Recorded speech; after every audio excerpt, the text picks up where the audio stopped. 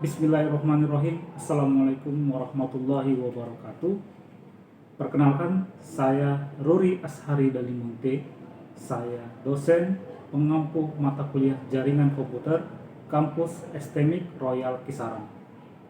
Baik, di sini saya mengampu mata kuliah jaringan komputer terdiri dari 3 SKS. Baik, dari materi jaringan komputer terdapat capaian pembelajaran mata kuliah.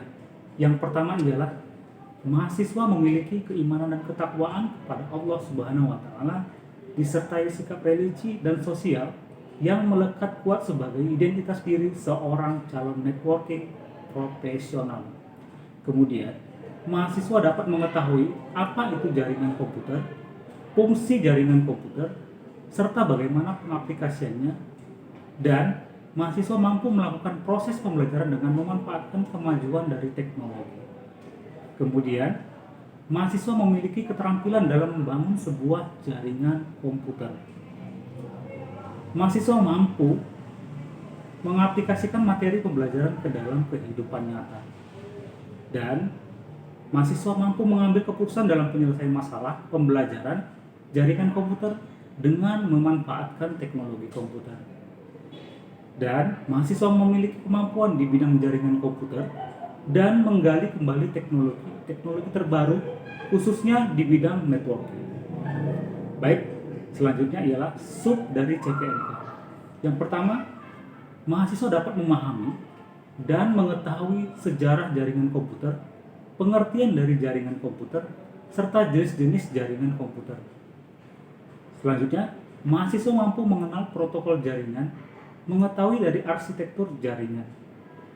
Kemudian, mahasiswa dapat mengetahui media transmisi, mengetahui jenis-jenis media transmisi, mengetahui jenis-jenis twisted pair cable, kemudian koaksial dan juga fiber optik. Kemudian, mahasiswa mengenal IP address, mengetahui IP address berdasarkan kelas, mampu memahami subnetting, dan mampu memahami perhitungan subnetting berdasarkan kelas masing-masing. Kemudian, mahasiswa dapat mengenal pengkabelan, mampu membuat kabel straight dan juga cross, serta pemasangan fiber optik di dalam pengaplikasian jaringan komputer.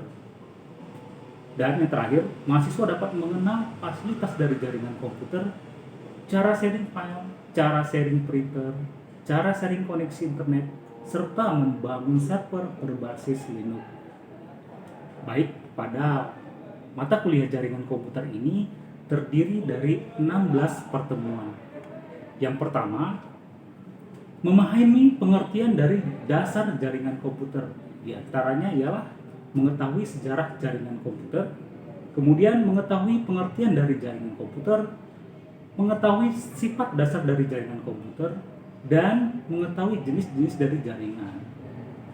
Selanjutnya, di pertemuan kedua, mampu mengenal protokol jaringan. Di antaranya ialah pengenalan dari protokol jaringan, kemudian mengenali jenis-jenis arsitektur jaringan, serta mengetahui protokol jaringan. Untuk pertemuan ketiga, dapat mengetahui media transmisi. Di antaranya ialah mengetahui media transmisi dan mengetahui jenis-jenis dari media transmisi, kemudian mengetahui jenis kabel twisted pair, kemudian mengetahui jenis kabel koaksial. Kemudian untuk pertemuan keempat, mahasiswa dapat mengetahui IP address. Di antaranya ialah mengenal apa itu IP address, kemudian mengetahui IP address berdasarkan kelas. Untuk pertemuan kelima, mahasiswa dapat mempelajari dan memahami subnetting. Di antaranya ialah mengetahui apa itu subnetting, kemudian perhitungan subnetting kelas C, perhitungan subnetting kelas B, dan perhitungan subnetting kelas A. Untuk pertemuan keenam, mahasiswa mampu membuat pengkabelan jaringan komputer. Di antaranya ialah pembuatan kabel jenis straight, kemudian pembuatan kabel jenis cross. Baik, untuk pertemuan ketujuh, mahasiswa mampu mengetahui dari fiber optik, di antaranya ialah pengenalan dari fiber optik, kemudian mengetahui kelebihan dan kekurangan dari fiber optik, kemudian memahami cara kerja dari fiber optik. Selanjutnya, mengetahui jenis dan karakteristik serta pengaplikasian fiber optik. Untuk pertemuan ke-8 diadakan evaluasi tengah semester atau ujian tengah semester. Untuk pertemuan 9, mahasiswa mengenal model jaringan komputer seperti peer-to-peer dan juga client server. Di antaranya ialah mengenal model peer-to-peer, membuat jaringan peer-to-peer, mengenal model client server, dan membuat jaringan client server. Untuk pertemuan ke-10, mahasiswa dapat mengenal fasilitas dari jaringan komputer. Di antaranya dapat mengenal fasilitas jaringan komputer, dapat memahami sharing file, dapat memahami sharing printer, dan juga dapat memahami sharing koneksi internet. Untuk pertemuan 11 diadakan kuis. Untuk pertemuan ke-12, mahasiswa dapat mengenal dari jaringan wireless. Di antaranya ialah mampu memahami jaringan wireless, mampu mengenal access point dan jenis-jenisnya, kemudian memahami setting access point, dan memahami setting access point mode WDS. Untuk pertemuan ke-13, mahasiswa dapat mengenal mikrotik, di antaranya pengenalan dari mikrotik itu, kemudian mampu memahami fungsi dari mikrotik, serta mampu setting dasar dari mikrotik. Untuk pertemuan ke-14, mahasiswa dapat memahami routing. Di antaranya ialah pengenalan dari routing, kemudian pemahaman dari fungsi dasar routing, kemudian memahami dan mempraktekkan dinamis routing, kemudian mampu memahami dan mempraktekkan minimal routing, dan mampu memahami statistik routing. Untuk pertemuan ke-15, mahasiswa dapat memahami, merancang, serta membangun server berbasis Linux. Di antaranya mampu memahami konsep server, mampu memahami proxy dan firewall, mampu memahami tipe server, dan mampu membuat server dasar berbasis Linux. Untuk pertemuan ke-16 diadakan evaluasi akhir semester atau ujian akhir semester. Baik, metode yang saya gunakan ialah project based learning, kemudian cooperative learning, di antaranya ceramah, tanya jawab, diskusi, praktek, dan juga analisis. Kemudian item penilaian yang saya terapkan kepada mahasiswa saya, tugas 20%, kuis 15%, UTS 25%, dan UAS 40%. Kemudian adapun referensi berupa buku yang saya gunakan, diantaranya yang pertama ialah Sterling William dalam bukunya yang berjudul Komunikasi Data dan Komputer, Dasar-dasar komunikasi data. Kemudian Andrew dengan judulnya ialah Computer Network. Kemudian Melvin Shafrizal dengan judul buku Pengantar Jaringan Komputer. Kemudian dengan Putra Wanda dengan judul Menguasai Jaringan Komputer pada Cisco dan Mikrotik. Kemudian Edi Victor Haryanto dengan buku yang berjudul Jaringan Komputer. Kemudian Fatur Rahmat dengan buku Ajar Jaringan Komputer. Dan yang terakhir ialah Cecep Kurnia dengan judul Fundamental Hardware dan Jaringan Komputer. Baik, berikut cuplikan video yang saya terapkan ketika mengisi materi dengan judul Subnetting.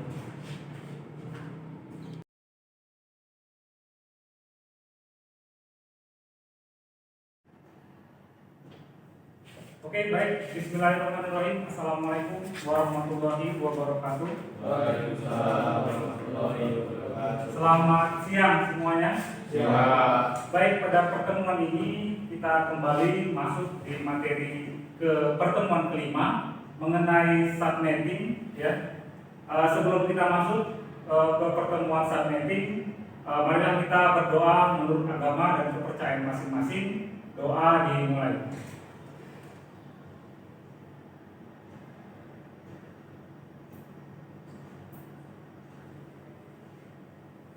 Oke, doa selesai.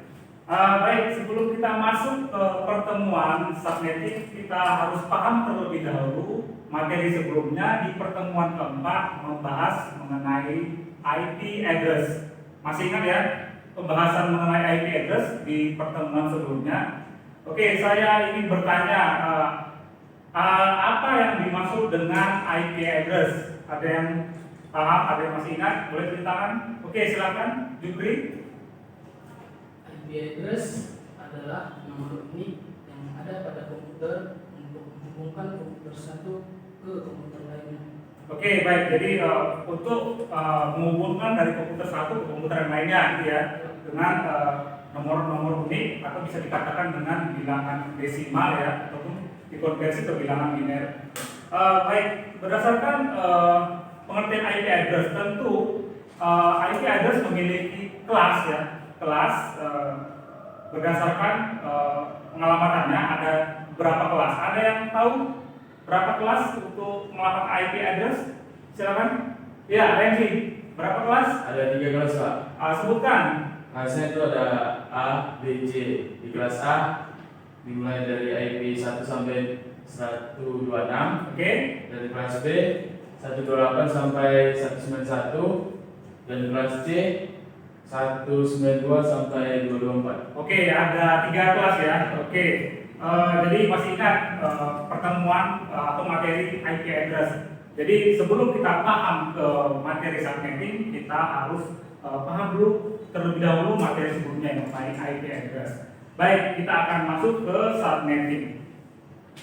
Jadi pengertian subnetting ya merupakan teknik yang digunakan untuk memecah jaringan menjadi beberapa subjaringan yang lebih kecil ya. Teknik subnetting biasanya digunakan untuk memudahkan pengelola jaringan. Kemudian subnetting juga bisa membantu meningkatkan kinerja dan keamanan jaringan. Ya, menurut buku pemrograman jaringan dengan Java oleh Hosseini, subnetting merupakan proses membagi atau memecah ya sebuah network menjadi beberapa network yang lebih kecil atau yang sering disebut dengan subnet ya. Jadi menurut pakar ya ada beberapa pengertian dari subnetting. Baik, kita lanjut. Tujuan dari melakukan subnetting yang pertama ialah membagi satu kelas jaringan atas sejumlah subnetwork dengan arti membagi suatu kelas jaringan menjadi bagian-bagian yang lebih kecil ya. Kemudian menempatkan suatu host apakah berada dalam satu jaringan atau tidak. Kemudian untuk mengatasi masalah perbedaan hardware dengan topologi fisik jaringan. Kemudian tujuan yang terakhir ialah penggunaan IP address yang lebih efisien. Oke, lanjut. Kemudian untuk melakukan perhitungan subnetting perlu perlu dipahami terlebih dahulu tabel subnet mesh berdasarkan CIDR ya. Jadi CIDR itu singkatannya dari Cluster Inter Domain Routing ya, jadi harus ingat ya. Nah, jadi untuk melakukan perhitungan subnetting ya tentu harus memperhatikan tabel-tabel seperti di depan ya. Oke, lanjut. Jadi untuk melakukan perhitungan subnetting ada 4 poin yang harus kita pahami terlebih dahulu. Yang pertama itu jumlah subnet, kemudian jumlah host per subnet, kemudian blok subnet, dan yang terakhir itu alamat host broadcast yang valid. Baik, kita langsung ke contoh kasus. Subnetting apa yang terjadi pada IP address 192.168.1.0 per 26. Oke, kita analisa dulu.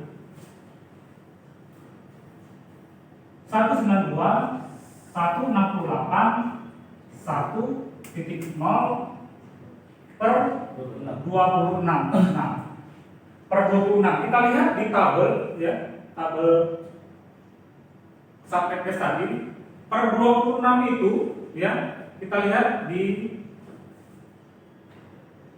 sini ya. Maka subnetnya itu 255 255 titik 192. Nah, itu ya, kita analisa dulu. Kemudian ya, berdasarkan analisa 192.8.1.0 itu berdasarkan IP kelas C ya, dengan subnet mesh per 26 yang sudah kita analisa tadi. Nah, ini dia berdasarkan tabel tadi. Nah, kemudian subnet mesh ini harus kita konversi ke bilangan biner ya. Harus kita konversi ke bilangan biner. Masih ingat ya langkah untuk konversi bilangan desimal dari bilangan desimal ke bilangan biner. Masih ingat ya? Masih. Oke. 255 berapa bilangan binernya? Ingat?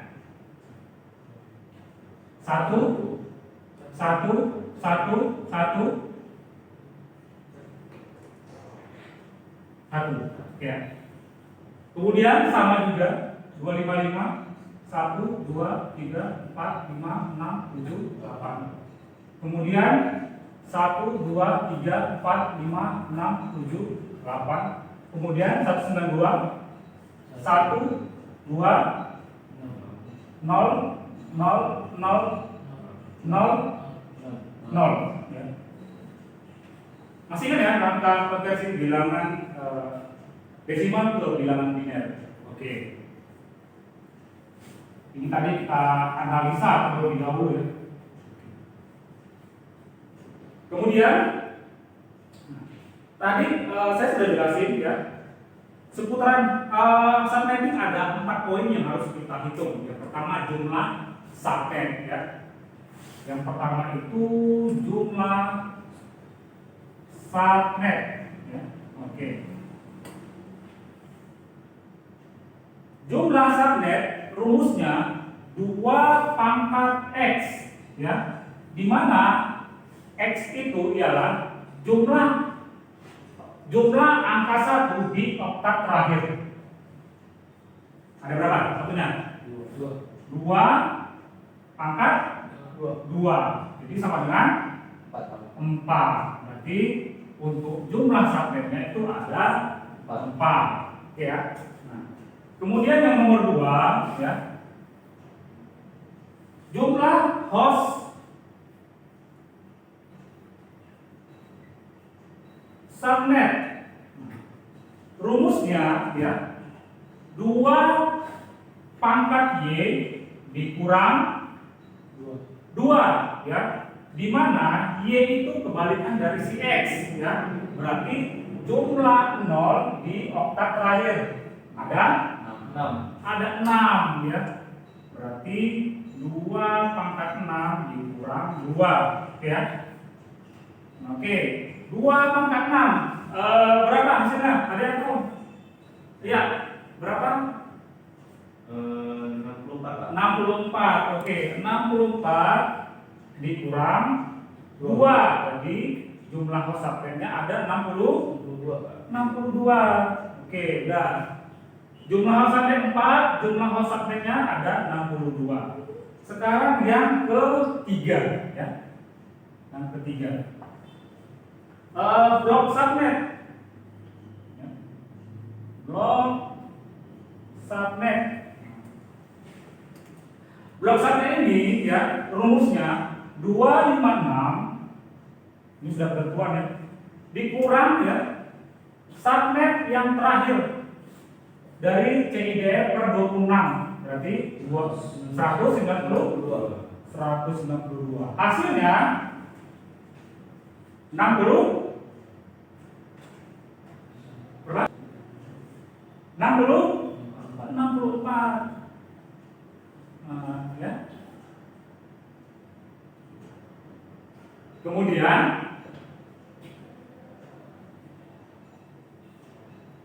sampai berikutnya ya 64 yang subnet mesh yang pertama subnetnya ditambah 64 ya, ditambah 64 berarti hasilnya 128. Begitu juga seterusnya 128 ditambah 64 hasilnya 1992. Maka blok subnetnya itu dimulai dari 0 ya, 0, kemudian 64, kemudian 128, terakhir 192. Nah, inilah dia blok subnetnya. Ya. Sampai sini paham? Paham ya? Masih semangat ya? Oke. Satu lagi, alamat host broadcast yang valid. Nah, di sini kita harus membuat tabel ya, membuat tabel. Alamat host broadcast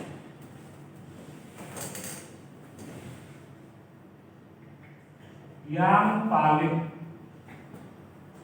Oke, di sini kita buat tabel ya.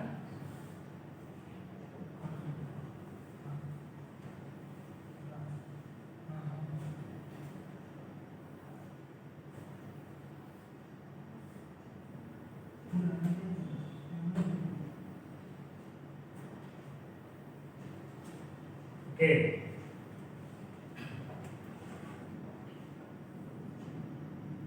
Nah, di depan sudah ada jawabannya, tapi kita cari tahu dulu bagaimana cara pengisiannya ya. Oke. Di kolom pertama itu namanya subnet, ya. Di kolom kedua itu namanya host pertama, dan host terakhir, dan broadcast. Oke. Jumlah subnet ada 4 ya, ada 4. 1, 2, 3, 4. Langsung saja kita masukin ya di kolom subnetnya. Di soal, ini soalnya tadi ya. 192 titik 168 titik 1 titik 0 ya. Kemudian di subnet ya berikutnya dapat di subnet berikutnya ada 192 168 1 titik 64 ya. Nah, ini ya. Nih. Kemudian 192 168 titik 1 titik 128 ya. Terakhir 192 168 1 titik 192. Oke. Itu cara pengisian subnetnya ya. Nah, kemudian kita cari host pertamanya. Berarti kelanjutan dari si subnetnya ya. 192 titik 168 titik 1 titik berikutnya 1 ya. Ini juga sama. 192 titik 168 titik 1 titik 65 ya. Kemudian 192 titik 168 titik 1 titik 129. Kemudian 192 titik 168 titik 1 titik 193. Oke, kita cari yang broadcastnya terlebih dahulu ya. Broadcast terlebih dahulu berarti subnet yang kedua dikurang 1 berarti 192 titik 168 titik 1 titik 63. Nah, di subnet berikutnya baru dia masuk ke sini. Oke, paham ya? Kemudian di broadcast yang kedua 192 titik 168 titik 1 titik 127. Nah, kemudian 192 titik 168 titik 1 titik 191. Terakhir 192 titik 168 titik 1 titik 255. Nah, Terakhir kita tinggal cari host terakhirnya, tinggal dikurang 1 aja broadcastnya, ya. Tinggal kurang 1, jadi 192.168.1.62 dikurang 1 ya, 63. 62. Itu juga sebaliknya yang lain. 192.168.1.1.90.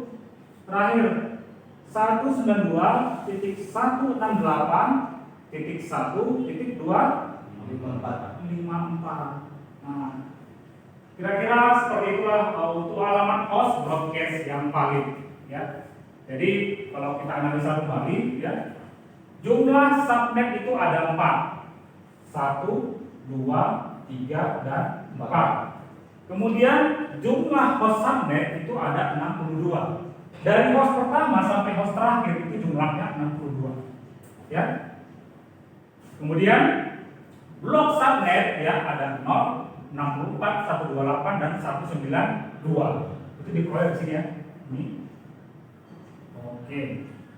Kemudian terakhir alamat host broadcast yang valid yang harus kita buat tabelnya. Oke, paham sampai sini? Paham, ya? Oke. Kemudian, ya, sebagai evaluasi, ya, saya akan berikan tugas kepada kalian, ya. Di sini ada 3 soal. Secara acak saya buat, saya ambil dari soalnya dari NIM kalian masing-masing, ya. Pasti tentunya ada perbedaan di soal. Tujuannya biar supaya jangan ada yang nyontek, ya. Jadi biar supaya masing-masing mengerjakan tugas yang akan saya berikan. Oke. Kemudian untuk materi, ya, ada link yang akan saya share nanti di grup kelas kita, ya. Kemudian juga ada absensi juga nanti yang akan kalian isi, ya, untuk pertemuan kita hari ini. Oke. Mungkin itu saja, ya, yang bisa saya sampaikan dalam materi ini, ya. Semoga materi ini bermanfaat bagi kita semua, ya. Selanjutnya untuk minggu depan kita akan masuk ke materi berikutnya. Diharapkan kehadirannya bagi kalian semua. Oke, mungkin itu saja pertemuan kita hari ini. Saya cukupkan. Wabillahi taufiq wal hidayah. Assalamualaikum warahmatullahi wabarakatuh. Waalaikumsalam warahmatullahi wabarakatuh.